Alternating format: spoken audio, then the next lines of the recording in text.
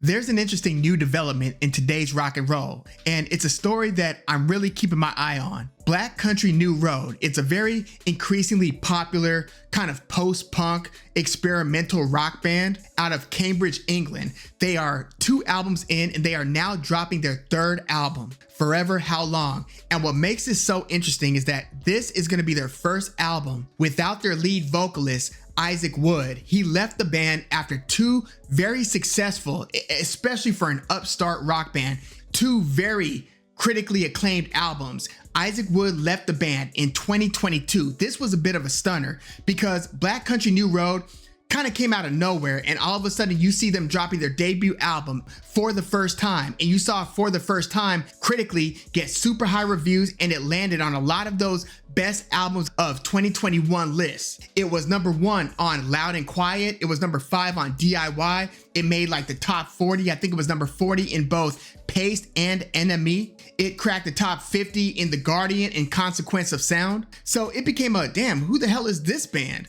And you started seeing them placed relatively well on a lot of, festival lineups. And then they dropped their 2nd album, and that 2nd album, Ants From Up There, was even more critically acclaimed than that first. It landed at number 5 for Paste on the best albums of 2022 list. It was number 6 on Rough Trade, number 7 on Anthony Fantano's Needle Drop. It cracked the top 50 on Pitchfork and Consequence of Sound. So back-to-back super highly critically acclaimed albums. They were pretty much one of the fastest rising rock bands out there. And style-wise, I would say that fans of Black Midi, who have disbanded, fans of Black Midi would probably also be fans of Black Country New Road. It's got that kind of twisted, almost prog-ish, very experimental, kind of jarring. It's not the easiest on the ears. And it's got the kind of heavy breathing lead vocalist where they're kind of like whine singing, not whining in the emo way, but just kind of urgently calling out, where you've got the kind of guitars playing in the background.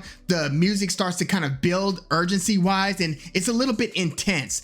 And every now and then they'll dial it back with a more mellow kind of folky instrumental. But by and large, it's that kind of intense sound that was driving the band Black Country New Road. So again, 2 critically acclaimed albums in, suddenly Isaac Wood leaves the band. I was pretty shocked to read that. And that took place right before a lot of festivals took place. So the band was forced to put together a bunch of new music that they would be performing without their lead singer. So they were kind of forced to adjust. And at first I kind of thought of this as, why don't they just disband and reassemble rather than keep the name? But then I was thinking about it like, okay, they've already built all this like fan equity and this critically acclaimed equity up with this name, Black Country New Road. It was only one of, they started off with 6 members. They added another guitarist, so they expanded to 7 members. So they lose 1 member. And that 1 member was their lead vocalist, but they had so much going for them that I was thinking this could also be an opportunity for this band to completely reinvent themselves under that name. And what did that remind me of? Well, it reminded me of Pink Floyd, and that's why I'm wearing this particular hoodie. This was the Atom Heart Mother album cover, and that was an album that kind of represented as much as metal, as much as Saucer Full of Secrets, Gumma. This was one of those albums where Pink Floyd was in that transition from being led by Syd Barrett. He was their chief songwriter, chief guitarist, chief vocalist. He was pretty much the creative catalyst in Pink Floyd for that first album. And it took the band a couple of albums to kind of get into a groove in their post Syd Barrett era. And we saw what that all led to. Eventually it led to Dark Side of the Moon and Wish You Were Here, Animals, The Wall, and so forth. But Atom Heart Mother and Metal were kind of where they started to really gain some steam and gain some momentum and started kind of foreshadowing some of the musical elements that was a sign of things to come. And stylistically, no, I wouldn't compare Black Country New Road to Pink Floyd, but I am saying that this is an opportunity for the remaining members to kind of get together, put their heads and hearts together to create something totally new in the wake of their lead singer leaving. So I'm really curious to see how this unfolds, and I really want to see if with this new album, Forever Howlong, if the critics are nice to the band or terribly mean to the band. Because sometimes, look, if you're a commercial success, if you're already like a rich artist, you don't need the critics to give you the 2 thumbs up, so to speak. you've already established yourself as a major force in the industry. So like Miley Cyrus doesn't need critical love for her to keep doing her thing.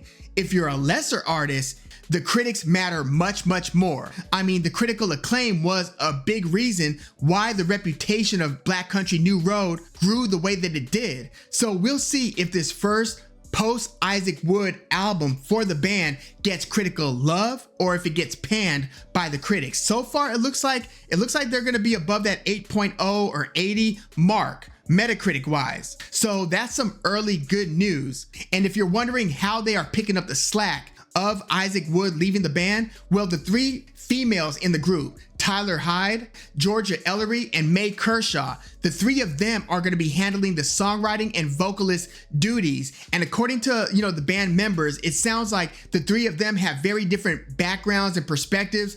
They describe it as a healthy competition, which is kind of good. That's what sort of drove the Beatles, right? You had three songwriters. Georgia Ellery, by the way, is from that other duo, Jockstrap, that had a very highly critically acclaimed album, I Love You, Jennifer B, in 2022. But yeah, you've got three songwriters picking up the slack, presumably with different styles. So yeah, I've heard the three songs that they've put out from the album, and you know what? You would never know that this was Black Country New Road. It sounds like it's a totally different band. The music is a little bit sunnier. It's not as dark and kind of twisted, demented as those urgent, intense instrumentals that we were used to hearing from those first two albums.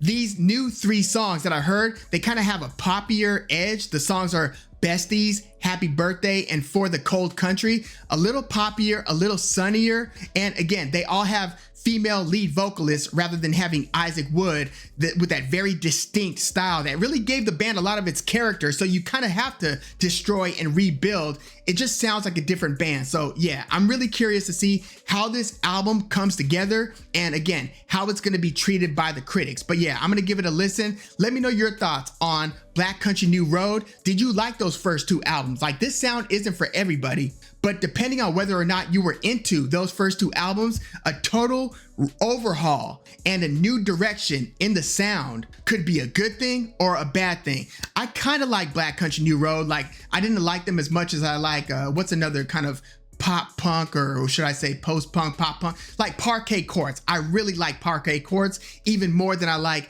Black Country New Road. But I gotta be real with you, I kind of like what I'm hearing out of these three new songs. It sounds like it's got a slightly softer edge. It's not as Black Midi-ish, not as jarring. But yeah, let me know your thoughts on this band in the comments. And do you like this new direction based on what you have heard? Do you like this new direction that the band's taking? And do you think that they will be able to continue with the momentum that they built with those first two albums on this new album and beyond? Let me know your thoughts in the comments. Like the video, subscribe to the channel if you love music like I do. I'm Woog. Thanks for tuning in.